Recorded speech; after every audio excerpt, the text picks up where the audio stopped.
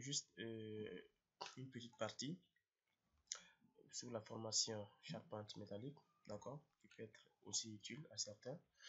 C'est un peu comment insérer, d'accord, des charges thermiques sur, bien sûr, un modèle sur le robot. D'accord, donc comment ajouter par exemple des charges thermiques sur les barres, les poteaux ou bien autres. D'accord, donc ici je vais vous montrer ça. Je viens dans l'onglet modélisation ici, modélisation démarrage. D'accord, donc d'abord il faut savoir que bien sûr ces charges thermiques, ce sont des charges bien évidemment qui tendent soit à allonger ou bien à rétrécir une barre. D'accord, donc je vous explique par la suite pourquoi les utiliser.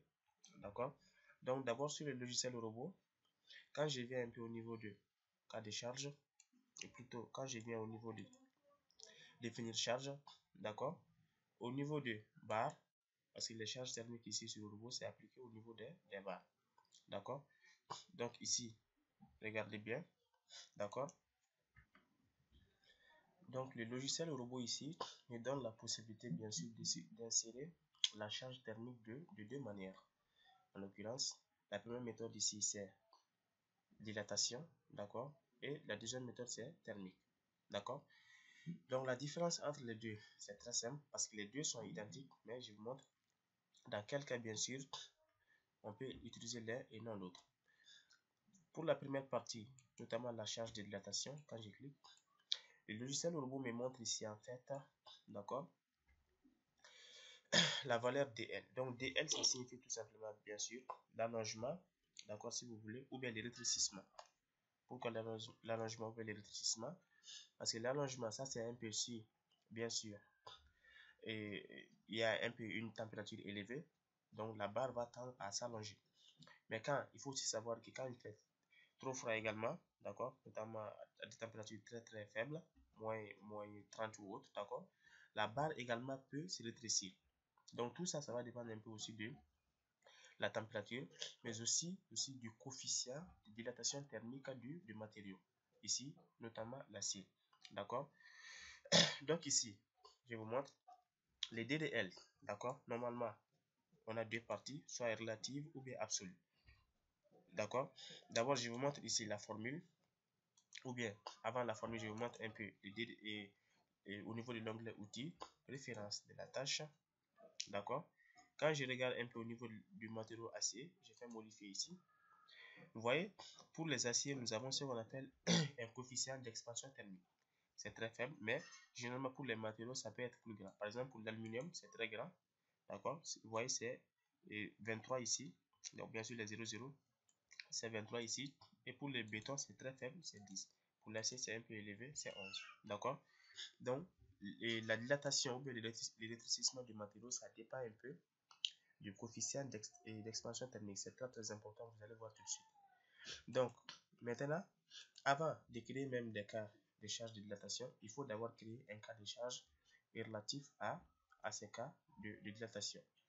Donc, je clique sur cas de charge.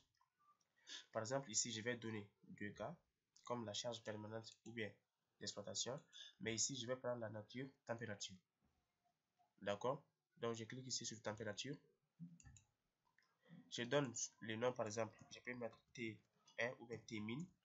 Parce qu'il faut donner deux cas. Je vais vous montrer température minimum et maximum. D'accord, c'est très important, vous allez voir. Donc, j'ai fait T-min, j'ai fait ajouter. Oui, ça va changer les calculs. J'ai fait oui. Ensuite, j'ai fait T-max également. D'accord. Donc, on va essayer de faire les paramétrages. Vous allez voir cette partie, ça peut être très utile. D'accord. Bon, pour ces structures-là, d'accord, souvent, ça peut ne pas être important, mais pour les points, quand même, c'est très utile s'il s'agit d'un point, bien sûr, en acier. Mais pour ces cas, c'est très important aussi de le connaître. D'accord. Je fais ici ajouter. Donc maintenant, j'ai créé les deux cas de température. D'accord. Je fais ici fermer.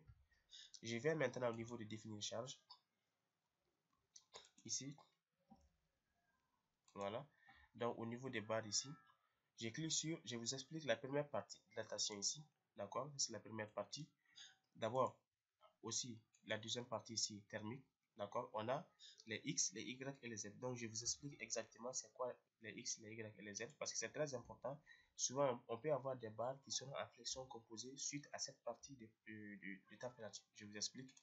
Je commence d'abord par la première option, le chargement de dilatation, et puis je vous montre dans quel cas les deux chargements ici, que ce soit dilatation ou thermique, sont identiques.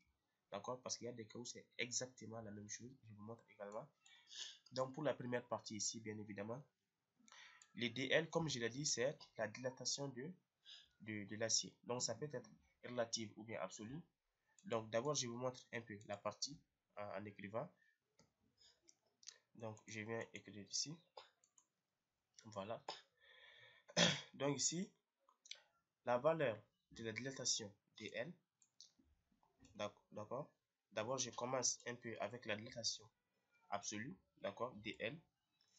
Ça fait tout simplement, parce que c'est en fonction bien sûr de cette valeur de dilatation, d'accord, que la balle, que la barre, d'accord, soit allongée ou bien rétrécie. Et aussi en fonction de la température. Vous allez voir, dans sa formule, il y a des paramètres très importants qu'il faudra connaître pour faire bien sûr un paramétrage ici thermique. Donc, la dilatation absolue ici et la dilatation relative, d'accord, ddl sur L. Et je vais vous dire dans quel cas utiliser bien sûr l'un et non pas l'autre, si c'est très important. Donc, la dilatation L ici, tout simplement, ça fait la longueur de la barre multipliée, d'accord, par ici, nous avons la température dt, d'accord. Et une fois multiplié par la température, il y a un paramètre très important également, multiplié par quoi? Par tout simplement